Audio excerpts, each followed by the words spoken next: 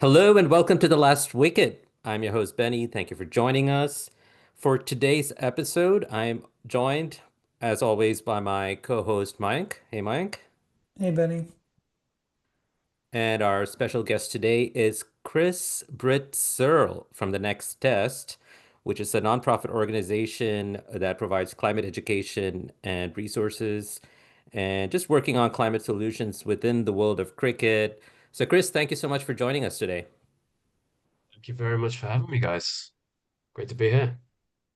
Yeah, thank you so much for spending some time out of your busy schedule and watching over a toddler who is sleeping and hopefully will sleep through this episode as we record Yeah, it. fingers crossed. Uh, yeah. Now, Chris, like I was just saying just before we started recording, this is a very interesting topic, and I'm really glad Mike reached out to you because climate change is something that I think if anyone with some level of kind of knowledge or understanding of the world today, be it political or otherwise, know or I've heard about climate change. Now, I've seen uh, articles being written about climate change, how it affects sports, and I think I even saw one about cricket, but didn't really get into it. So I'm really glad you're here because obviously we live in a time where I think everything can be viewed through a political lens, which means there's always extreme reactions, and it's really hard to parse through it and find the truth or the actual facts about it. So I'm really glad you came on. And I just want to start with the question of why is this so important to you personally? I guess uh, the next test, um, connecting cricket and climate change, they're kind of the two things that are most important to me in my life. I've always been like a massive cricket lover, ever since my granddad, like he kind of introduced me to it. Like test matches were always on the TV when I was a kid. Um, he used to take me like to watch matches. He used to take me to watch like this like celebrity team that would like come visit once a year in like our little village, and they'd have like ex-players and like some quite big names like playing in our little village. And um yeah, just always absolutely loved particularly playing cricket, um particularly test cricket. um and I guess like yeah, climate change to me, I mean, at least for the last decade, it just seems like the most pressing, the most important issue that our planet faces, that we face as a as a species. And it's something um, that I've always wanted to work on. And um, yeah, I love the fact that what we're doing is kind of connecting the dots and connecting those two things. And Chris, as we get into it, let's talk a little bit more about the next test itself. Could you share some of the organization's goals? What are you all doing, and what is your role, of course? So let's say like primarily our role at the moment is just raising the awareness, keeping this like part of the conversation, um, and just yeah, like keeping it on the agenda. And uh, secondly, like creating a community, um, bringing together cricket players, cricket fans, um, administrators, everyone who is involved in the game, who loves the game, and is concerned about climate change, the effects it's going to have on cricket, and the effect it's going to have on our world. So, kind of just building a community of those like-minded people, and um, yeah, building some momentum around making some changes within the game. I mean, in terms of like making actual like concrete changes, I don't think we're quite there yet, but that's like that is an aspiration we have.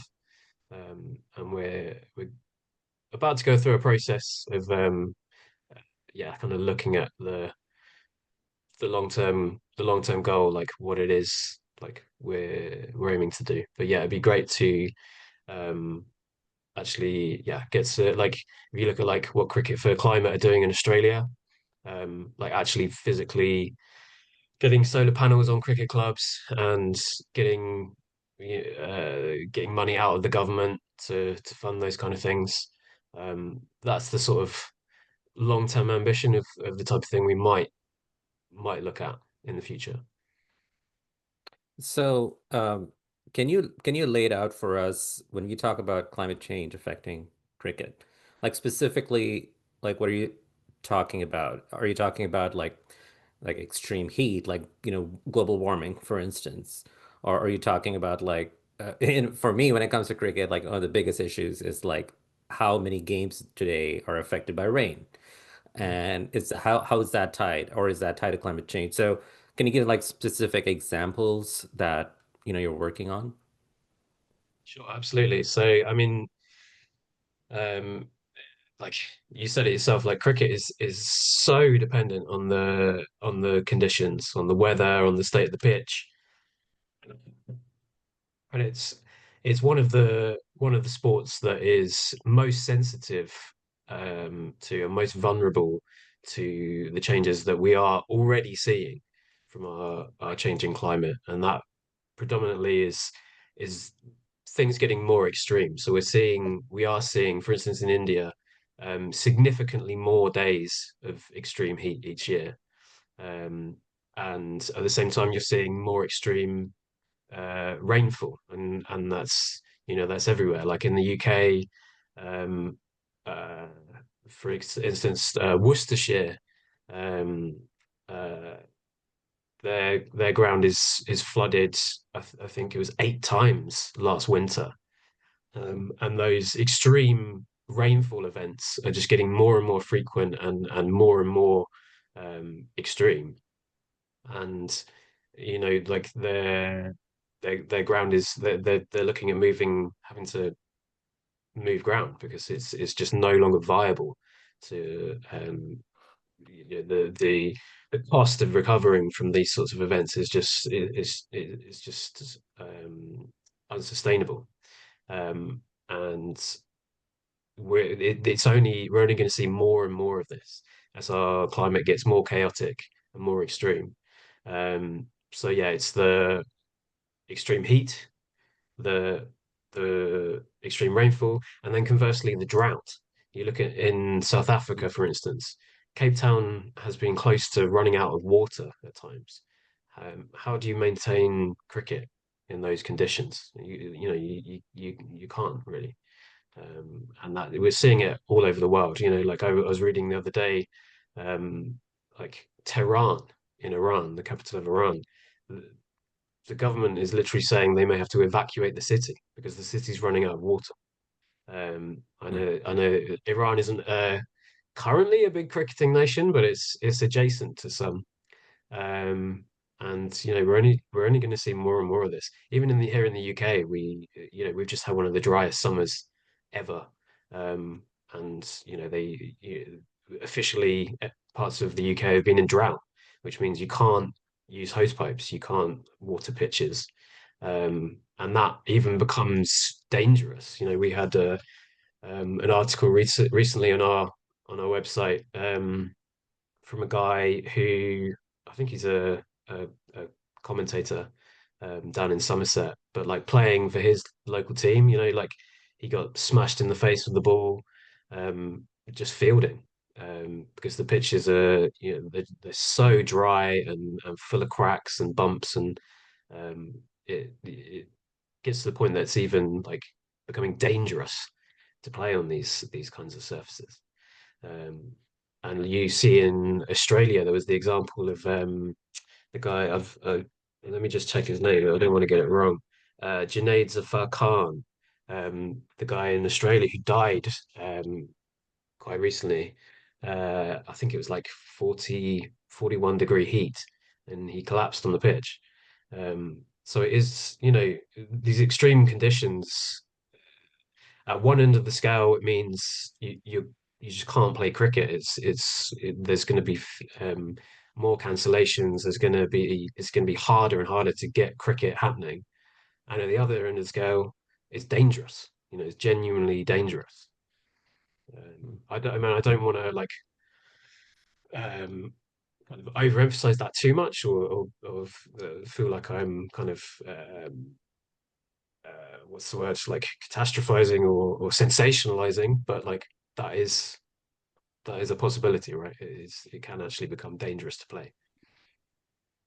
And what's your, I mean, you've laid out some great examples, and we've seen, even not related to cricket, like some drastic climate impacts. Here in the US, on the East Coast in particular, we hear about once in a century hurricane every season nowadays. Every season, there's at least a couple of those once in a century type hurricanes. Pakistan has had flooding.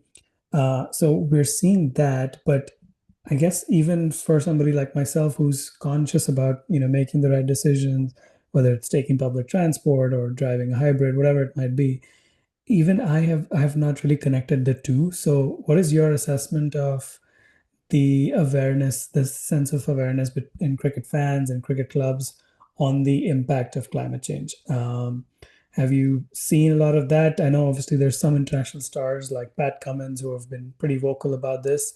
I recently read that the conservative media in Australia started calling him Captain Vogue and then changed that to Captain Planet, which I found pretty funny. Good, I like But that. nonetheless, yeah, but nonetheless, like apart from one or two stars, I don't know if there's been a lot about it. But even before we get to the international level, have you seen that awareness amongst clubs?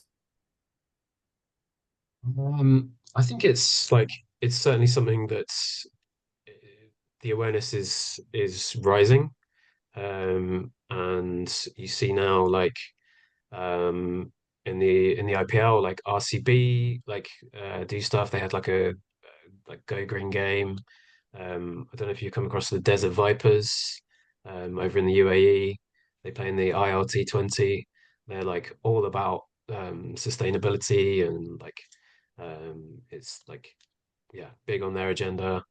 Um, and like in terms of like individual players, yeah, I mean you got Pat Cummins, but this is a guy who's almost like untouchable, right? Like he's such a legend that I think he can, he's got that kind of the gravitas and the stature to kind of carry that off. I know for a fact that players worry about coming across as hypocritical. They fly a lot.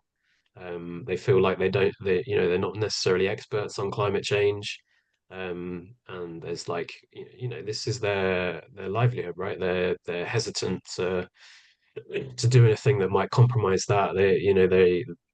Lots of them are on social media. They don't want to get hammered on social media. They don't want to jeopardize sponsorship deals. Some of them literally, they have contractual obligations that they can't go against. So um, something that's occurred to me with the players speaking out thing is it's kind of analogous to like the like personal carbon footprint, right? Mike, you just like touched on it there. Like we all try and all those of us who you know have the privilege to do so, like try our best to do all the right things, reduce our carbon footprint. But like I feel like more and more that's something of a red herring, and the change that needs to happen is huge and systemic, and focusing on kind of individuals and the impact we can make as individuals is not counterproductive, but I don't think it's that's not gonna make the change that we need. But yeah, in terms of like awareness, like we ran a survey a little while ago, and like 94% of respondents said they were concerned or extremely concerned about the effects of climate change. The top things that they were concerned about with regards to cricket were the health of the players, extreme heat, flooding, and yeah, reduction in the amount of cricket being played. So um, I think the like in terms of awareness, like I think you said it earlier, Benny, like pretty much everyone has some level of awareness of climate change um and what's happening. And I think the disconnect comes where maybe you're not seeing those direct impacts on your own life. And then also where like people aren't really sure, what can we do? What can we do about it as individuals? Um, so I think the awareness is there, but then there's those dual kind of disconnects, where maybe you're not seeing direct impacts on your own life right now, and what do we do about it as individuals? Yeah, I think that's a great point. I mean, as you said, like we're starting to see impacts, maybe some in personal life, maybe some just around us in, the place we stay, in the country we stay, and so on. But yeah, directly correct connecting that to cricket and essentially what action you can take, because I always think of it from that terms. If I see, hey, there's a problem, is there something I can do to help? And that's the part that still is very, very unclear with regards to cricket. To your point, I think you talked about an Australian organization, I think briefly, where you said they're doing solar panels and things like that for cricket clubs. So yeah, would be amazing to learn more about what they're doing, and at least at that grassroots level, starting to bring that awareness.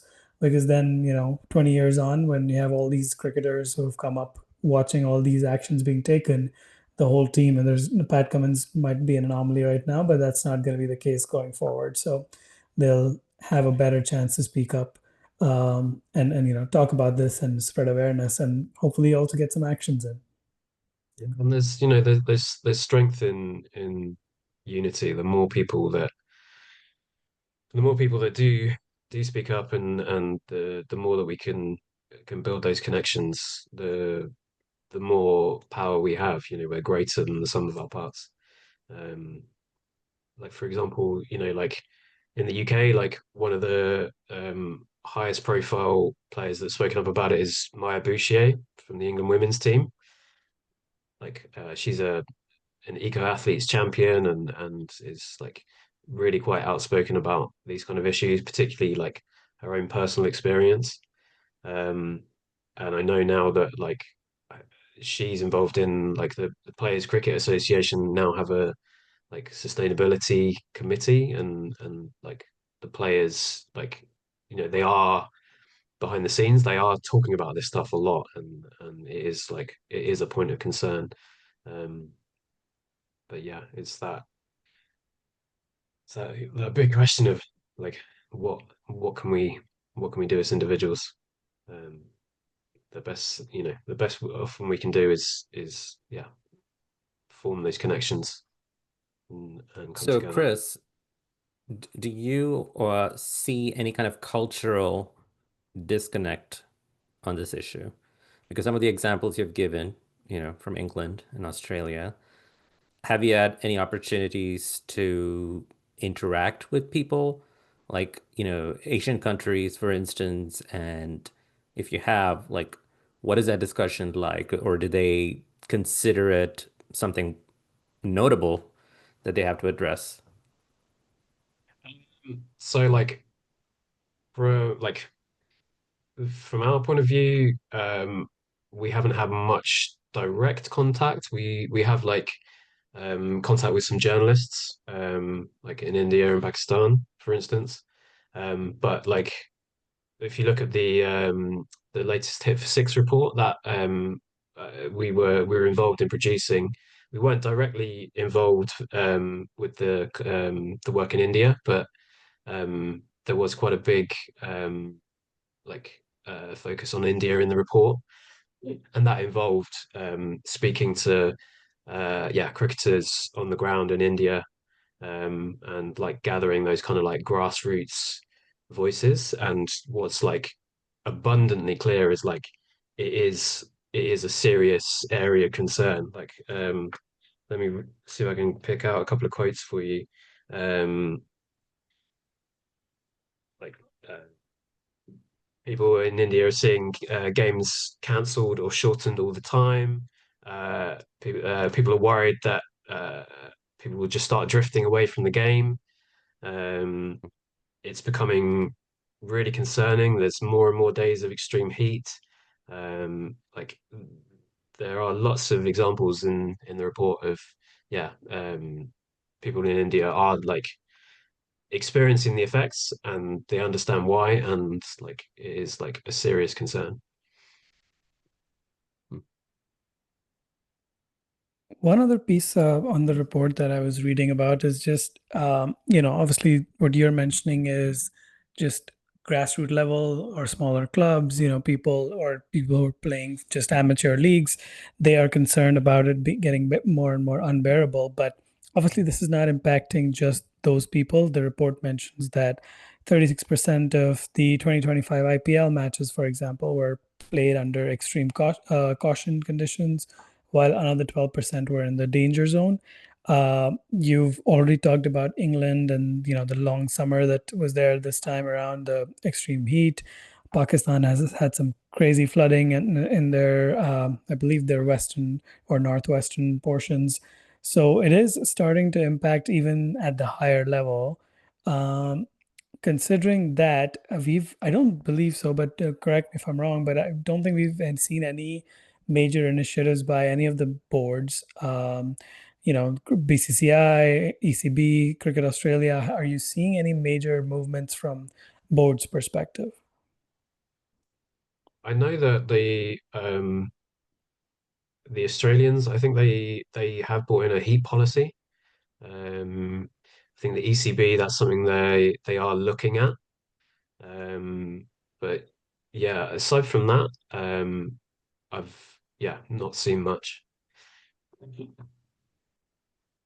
So at this point, it seems more of sort of speculation rather than, or starting to gain that awareness rather than any concrete actions or anything of that matter.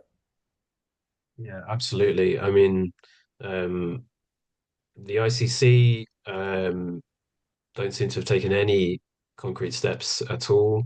Um, they seem to be making some kind of noises about it. I know they invited um, Cricket for Climate, Pat Cummins' organization, to come and speak at one of their conferences.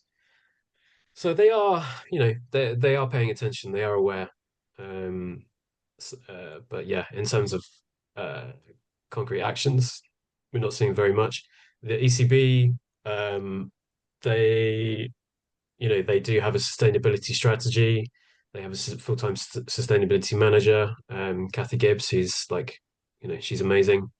Um, but yeah, on a global level, yeah, is sorely lacking and lagging behind other sports, I'd say. So most organizations, are reactionary, right? They wait till something really catastrophic happens and then they kind of wring their hands and are like, "Oh, okay, we need to do something about this," like after that's happened. What kind of event do you see could be like that kind of event? The catalytic event that forces people to sit up and take notice. I guess like it's. I mean, it's hard to say because we have already seen, kind of the effects happening on the international level. Like you've seen, um, the example that springs to mind is Joe Root um, collapsing from, well, maybe not collapsing, but like suffering with the heat in Australia, I think it was. You've seen the like, um, was it the Sri Lankans in India, um, like having to wear masks onto the pitch. There was the like in the IPL, there was the like you've seen players like really suffering with the heat. There was the owner of one of the franchises got hospitalized for with sunstroke. Um, but yeah, I think it would have to be like a really high profile, kind of effects on a game. Like, I mean, uh, I hate to say it, but like players being hospitalized, or like how having serious ill health effects. Yeah, like games being cancelled. There was the game. I think it was this year or last year. It was Afghanistan was supposed to play New Zealand in India, and it was completely washed out. Like all 5 days washed out. Now, like Yeah. imagine if that Yeah. was like a really high profile test, like an India test or like the Ashes, like something like that. Like people might actually start to pay attention. I think Hmm. it's also the venues. I think the other, as you were asking that, Benny, I was thinking it has got to do with venues. So you have many venues which are, like Chennai, for example, is pretty close to the water. Kolkata is probably not too far either. There's probably other venues around the world which just the way they are located have a lot of, history related to them, but at the same time have the potential of being impacted by these climate events. And I think when that happens, more and more people are going to definitely start to notice. I remember seeing, Chris mentioned the ground in England, which got flooded and during the winter. I saw one of those for one of the grounds. Like I don't know if it was the same one, but completely covered in snow and unusable for months. So those sort of events, as they happen more and more, especially to these iconic venues, whether it's the Lords and MCGs and Kolkatas of the world, then that is going to definitely be something that people are going to worry about because even if climate change is not something they think about when they think about cricket, they do care about these venues and they've grown up watching cricket there. So I do think that might be a way to a reason to start paying attention, but obviously it's hard to predict when that's going to happen.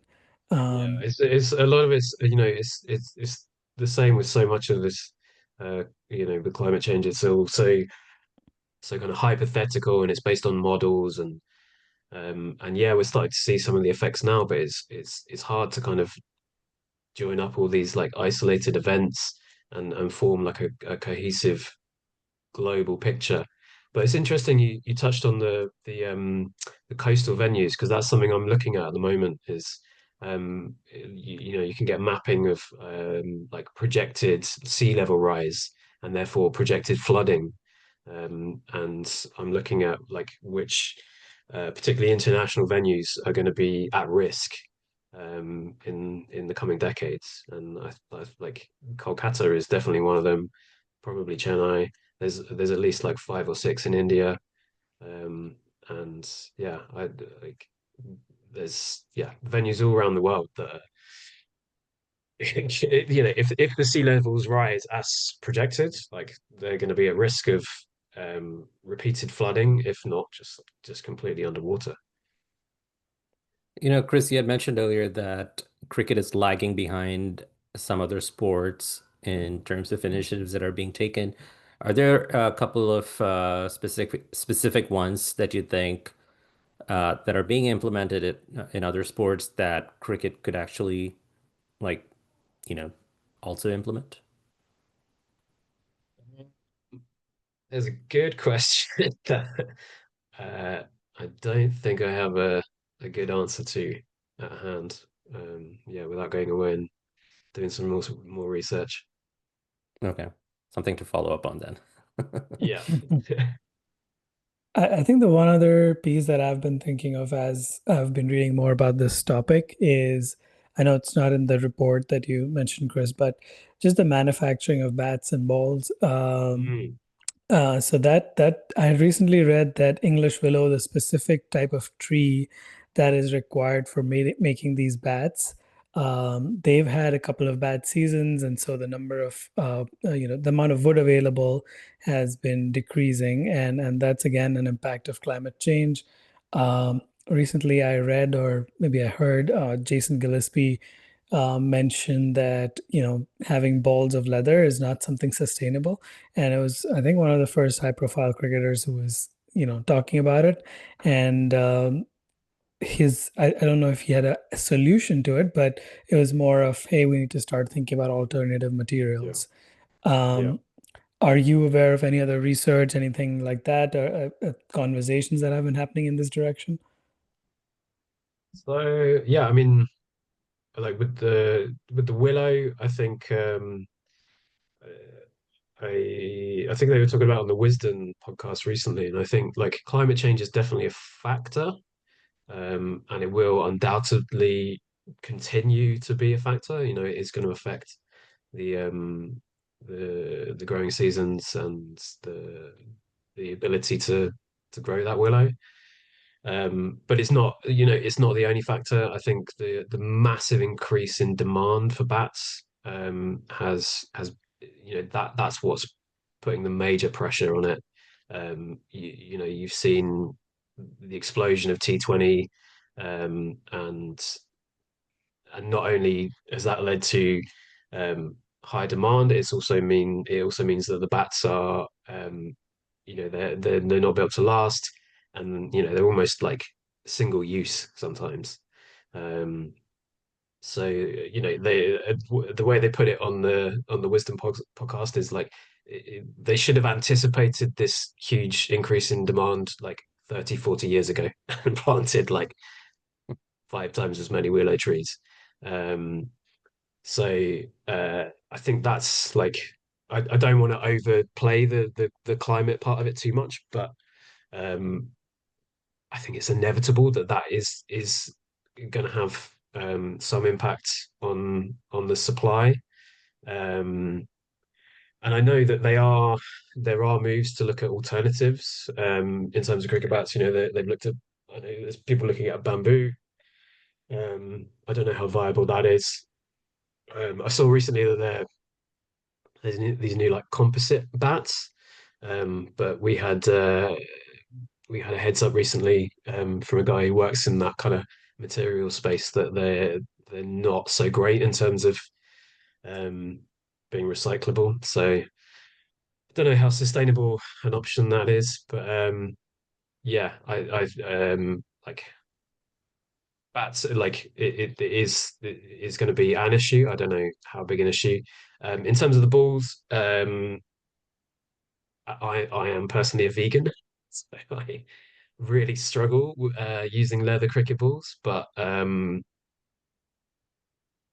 right now, I don't think there's a viable alternative. Um, I think that um, the you know material science is advancing rapidly, and you they are trying to come up with you know like alternative leathers, but it's clearly not there just yet. But I think you know Jason Gillespie is absolutely right. I think using particularly cow leather, um, it's just not it's not sustainable. We know that animal agriculture is one of the biggest contributors to greenhouse gas emissions, particularly cows. And yeah, it's from a climate perspective, it's not great and it's not sustainable. So there will have to be a reckoning at some point, and that may well just come from the you know it may just be like sheer economics in that I think it's at some point in the near future going to become more and more expensive and more difficult to justify keeping cattle, basically. So it's going to be, you know, making cricket balls is from cow leather is going to it's just going to be unaffordable. Yeah, and what I find interesting about that is there's only so much you can do to reduce the number of balls needed. Because I think even club level teams, they'll obviously not be buying hundreds of balls if they didn't need to. You just run out of over a season, you just need X number of balls, and that's just the truth of it. Every game you need a couple of new balls and all of that. So reducing that is not as straightforward. Obviously, we'll have to think about alternative materials as you were mentioning. But the bat aspect is interesting because I personally having been a cricket fan all my life, just like you are, had one good English willow bat growing up because that is what we could afford, and I savored it. I kept it close to myself and made sure nobody else could borrow it. And now that I'm a little more comfortable in life, I have three sitting right there, and I feel like such a waste as we're having this conversation because, to your point, it's become so affordable and of course, as India, Pakistan in particular, where there's so much hunger and passion for cricket, have become more and more, economies where people can buy these products. I feel like this. I'm not the exception. Like I know so many, Yeah, um, people around the world, cricket fans around the world, who will use one bat for their season and have a couple extra, which they're knocking for the season after, which is yeah, yeah. obviously unneeded, but I mean, I think it's conversations like these which make you realize that, these are definitely things that we can do better. Well, it's that classic, luxuries become necessities. Right.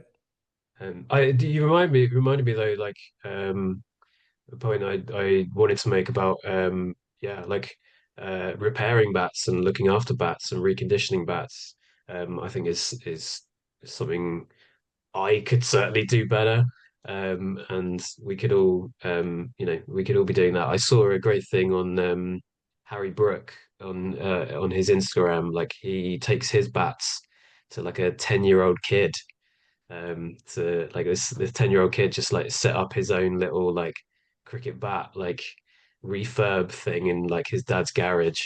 And Harry Brooks saw this and then like took him a bunch of bats to like get him to do them up for him. So like if it's good enough for Harry Brook, like I think we could all be looking after our cricket bats a bit better. Yeah. One of the other things that I want to talk about was sponsorships related to cricket. But before we jump into that, is there any other part of the report, Chris, that we've not touched upon that you want to throw light on?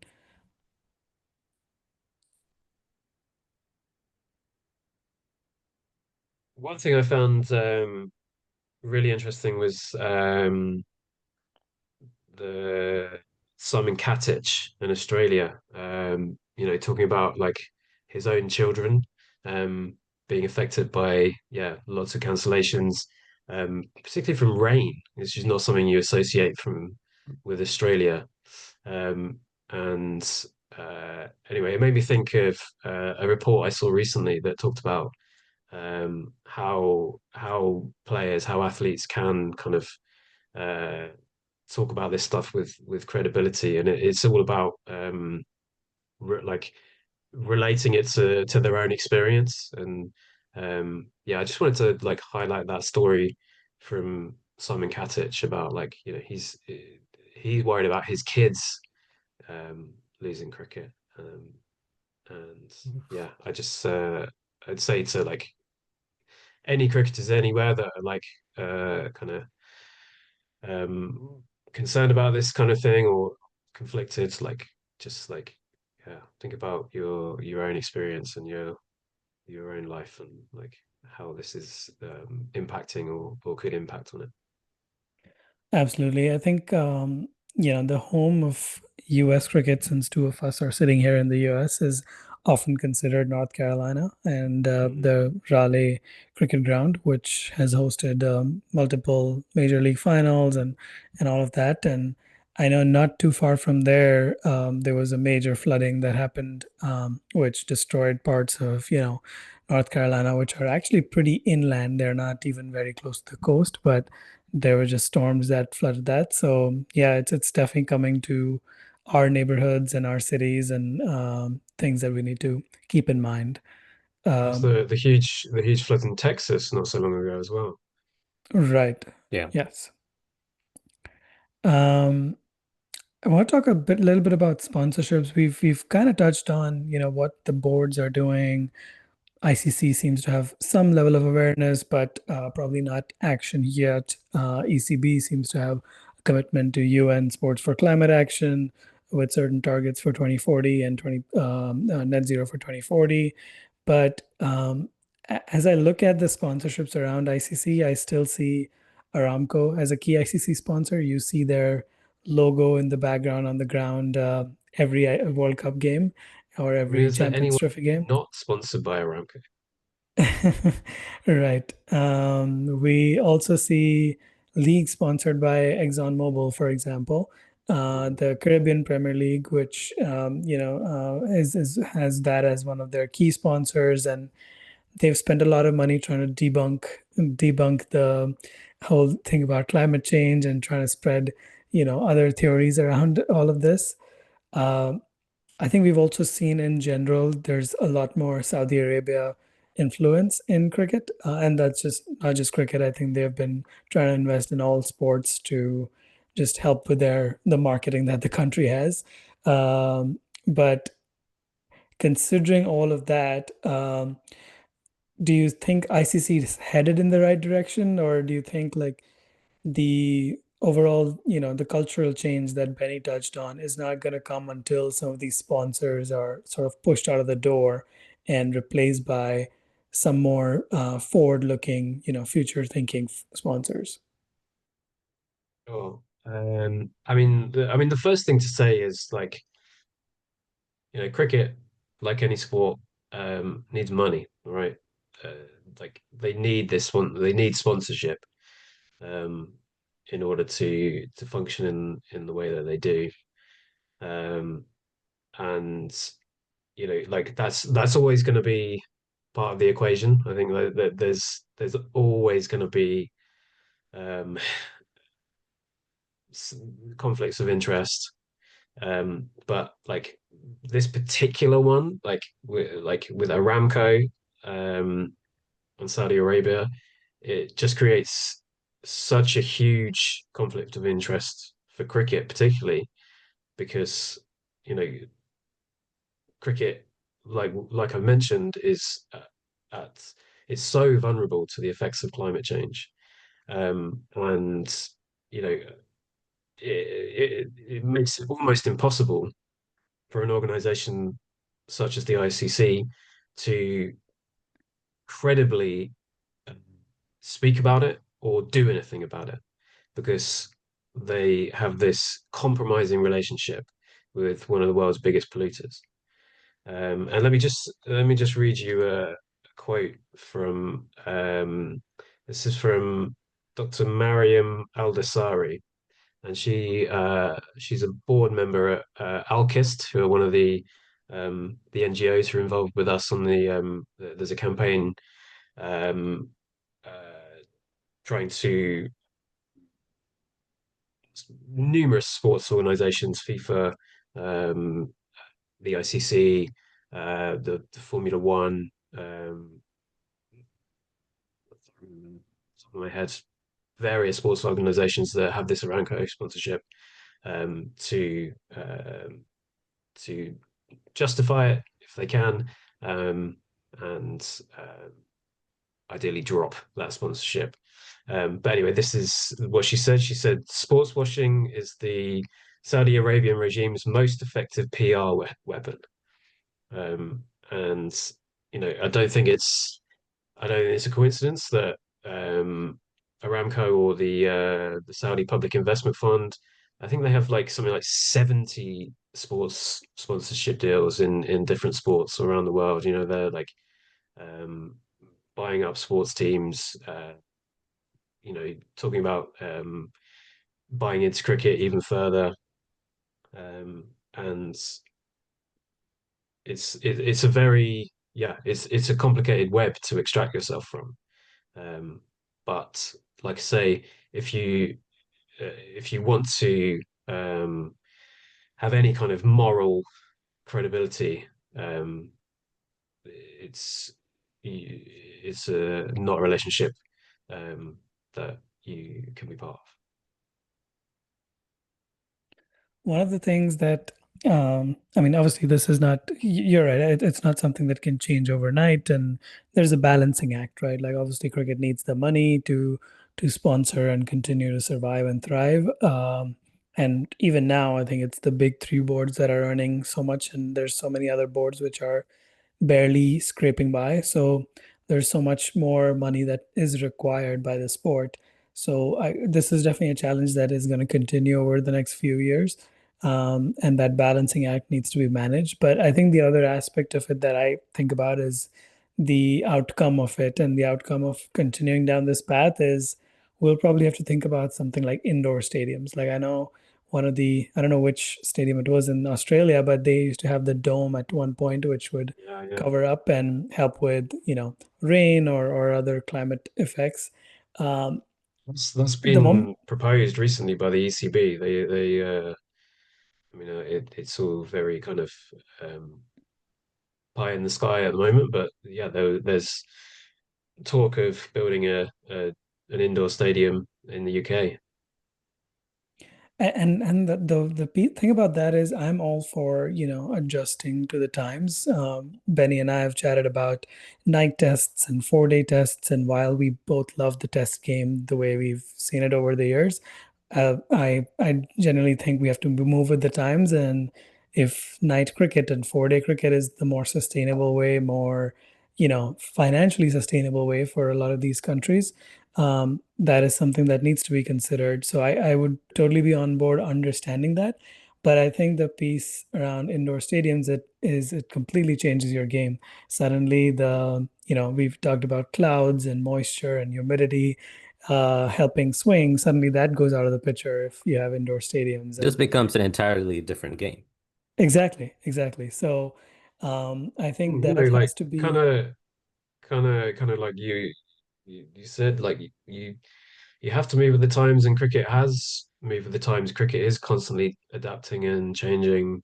You know, Test cricket hasn't always been in its current form. Um, and from a climate perspective, I think we are now in a situation where um, it's not just about climate mitigation in terms of attempting to mitigate the effects. It's about adaptation. We are going to also now have to adapt the way that we do things, and cricket isn't going to be any different. What that kind of ends up looking like is yeah, still kind of up for debate. absolutely. With that, the one question on this topic that I would probably my last one that I have for you, Chris, is what do you think is, based on everything that has happened in the sense that, okay, um, we've had some action from boards like ECB, ICC is starting to think about this. Mark, Uh, you cut out there. I didn't quite catch oh, the beginning. give me 1 second, sorry. I think I disconnected my mic. Think Bluetooth mic. This USB stuff is That's better. all right. Let me start over. So, Chris, probably the last question on this topic that I have is, as somebody who's looking at climate change and the impacts on cricket involved with the next test, is your outlook towards the way things are progressing positive or negative? Like, do you think everything that's going is headed in the right direction, or do you think we're moving too slow? We have a wrong mindset. Where do you stand on that? I mean, it's a very fine balance to strike between despair and hope. But I'll focus on the hope because I think that's the most important thing. We try to focus on the positives and the good stuff that's happening, and the solutions that are out there. We don't just want to be kind of doom and gloom and naysayers and telling people what they shouldn't be doing all the time. So yeah, like in terms of the positives, the hopeful side, I think it's all about community. Um, I think we have seen some amazing stuff. We did a project recently just here where I live in Bristol in the UK with like local clubs, and that uncovered yeah all sorts of great stuff going on. Like clubs putting up solar panels, making space for nature. Um, and I think cricket is a community already. It's a global community. It unites people all around the world in different countries. So there's like this kind of like already existing community there, and that's powerful, right? There's like 2 billion um, cricket fans around the world. Like that's there's a lot of potential there. Um, and like here in the UK, there's a great community in like sports sustainability, right? Like you've got Kathy Gibbs at the ECB. Stuart Dunlop is the sustainability manager at Lords. Um, Emily Iverson Pritchard at the Oval. Um, Russell Seymour, he now heads the British Association for Sustainable Sport. He was the sustainability manager at Lords. He's done some amazing stuff. And there's this momentum. There is this kind of community and focus on sustainability within cricket and within sport in general building in the UK. So that's really great to see. Like we at the next test, like we get inundated with requests for like collaborations and projects. Like we so many we can't we can't cope with them. We don't have the capacity to do half of this stuff. Um, and I suppose the last thing I wanted to say was solar panels. Like solar panels give me hope, right? Because I don't know if you've come across Bill McKibben. He's a US climate scientist. His book came out recently called Here Comes the Sun. And he talks about how, the growth in solar panels is like it's been exponential. Like it's incredible the amount of renewable energy that's being added, every minute.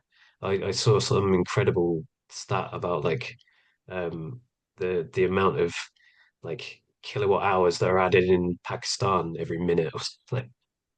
Like in the last year, Pakistan added half of their entire national grid's worth of energy just in solar panels.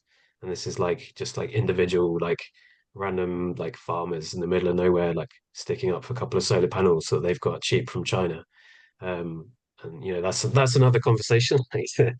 um, Cheap solar panels from China, but like the solar revolution is coming. It's here, and we see like uh, like cricket for climate in Australia putting up the solar panels and getting $50 million from the Australian government. I heard the other day in Australia, I don't know if it's the whole country, but like certain states have just agreed to start giving residents 3 free hours of energy every day because the solar panels are pumping out so much. This is amazing. It's happening right now, and that's what really gives me hope because that is it's the fossil fuels that need to go. It's all very well like doing your recycling and like driving an EV and taking the bus and blah blah blah. But like it's the huge global system of like drilling this stuff out of the ground and burning it that like needs to change and it needs to change very fast. So solar panels give me hope. Well, Chris, we're going to latch on to that hope because I think we need more of that rather than cynicism or just a resistance to things that can improve and just help us kind of keep the sport alive, the sport that we all love. So I really hope that more players, boards, organizations continue to collaborate with you guys. And thank you so much for the work that you do, you and the Next Test and organizations like yours. Um, uh, Again, I'm sure there are many like me who can't really fathom, the granular details of the work that you do or almost the consequence of not having that work being done. So, really want to appreciate and thank you and your organization for everything that you guys are doing. For our listeners, you can check out Chris on his Twitter handle, and we'll also include the link to the next test so you can look more into what they're doing and essentially what you can do as well. But Chris, before we sign off, I do have to ask you, the Ashes are coming up, not too far away. As an Englishman, how do you feel about England's chances?